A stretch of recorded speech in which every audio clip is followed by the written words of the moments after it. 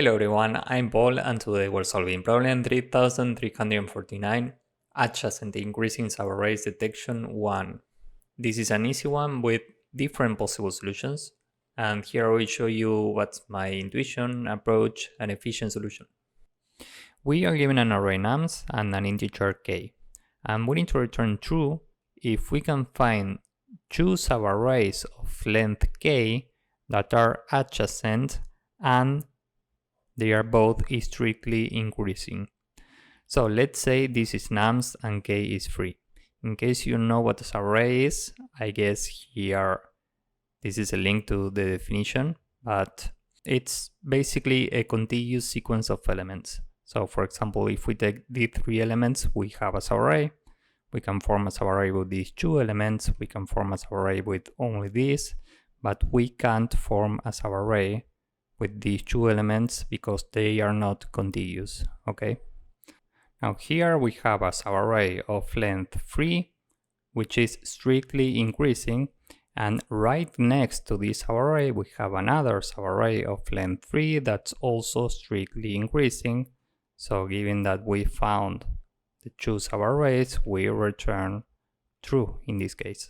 If k is free and we are given this array, meaning this array, here we return false, because here we have a subarray that's strictly increasing, and we could take another subarray here, but these two subarrays are not adjacent, okay?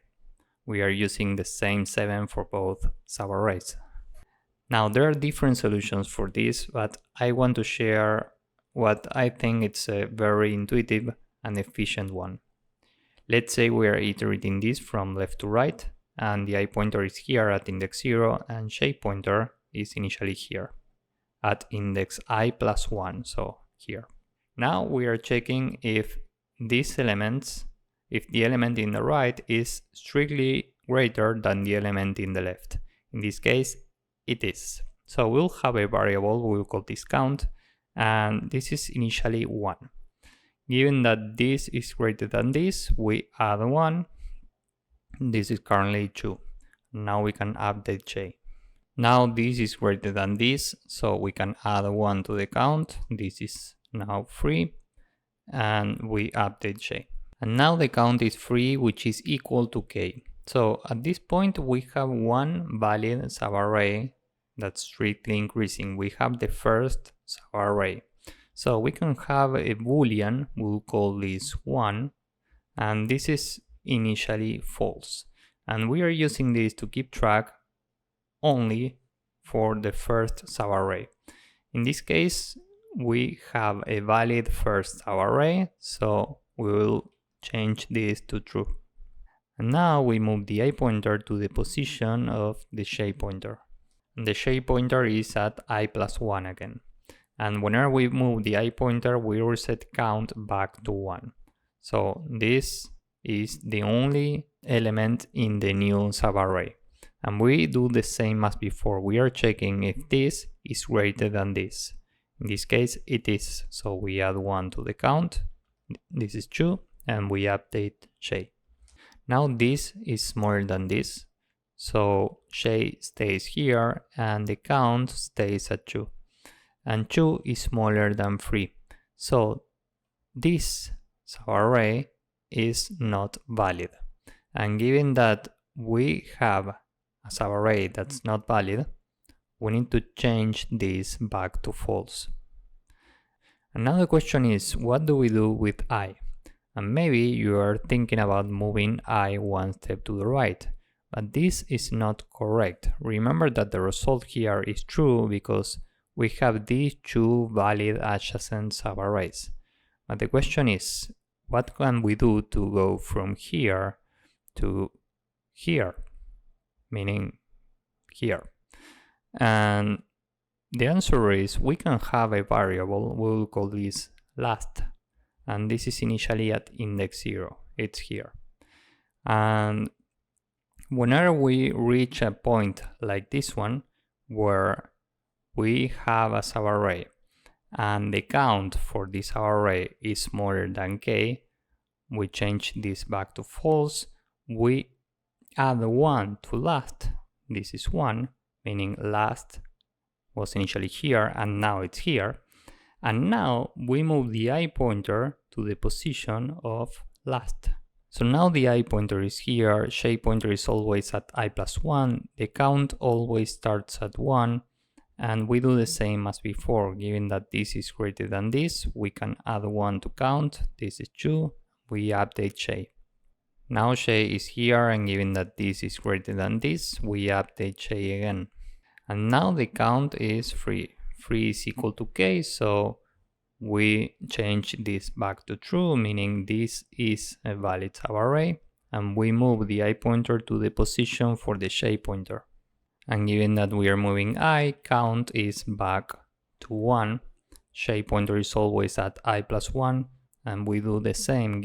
Given that this is smaller than this, here we need to reset this back to false, we need to reset this back to 1, it's already 1, and we need to move this one step to the right. We move the I pointer to the position of last, shape pointer is always at I plus 1, the count is 1, and now we check the same. Given that this is greater than this, we can add 1 to the count, this is 2, and we update shape. And now given that 9 is greater than 8, we add 1 here, this is 3. Now shape is here, and given that 3 is equal to k, we can transform this back to true, and we move the I pointer to the position of the shape pointer. So now we know that this is a valid subarray. We have one valid subarray, that's why this is true. And we do the same, given that this is greater than this, we add 1 to the new count, this is now 2, and we update shape. Now given that this is greater than this, we add 1 here. Now shape is here, and the current count is equal to k, meaning this is another valid subarray. And given that this is already true, meaning we already have a previous valid subarray, and this one is right next to this valid subarray, we can just return true.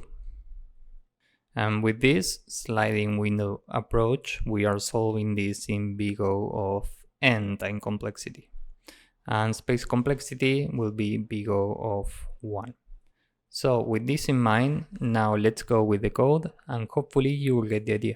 First we say n is the length of nums. We have a boolean to check if the first subarray is valid, so we'll call this 1, and this is initially false. The last pointer is at 0, and I is at 0 initially. And while I is smaller than n, count always starts at 1, and shape is I plus 1. And while shape is smaller than n, and nums shape is greater than nums shape minus 1, and count is smaller than k, we add 1 to shape, we add 1 to count, and now we are checking if the current count is equal to k. If 1 is already true, meaning if we already have a valid subarray that's right next to the current subarray, and considering that the current subarray is valid, here we can just return true. Else, this means that 1 is false, so now we say 1 is true, and I is shape now. Else, this means that count is smaller than k, so the current subarray is not valid. In this case, 1 is false now. We update last, and I is equal to last. Finally, we can return false. So this is the entire code. Here we return false because if we reach the end of this loop and we never return true, we just return false. Now let's submit this and see if it works. As you can see, this works and it's very efficient. So if you found this useful, please drop a like, subscribe, and see you in the next one. Bye bye.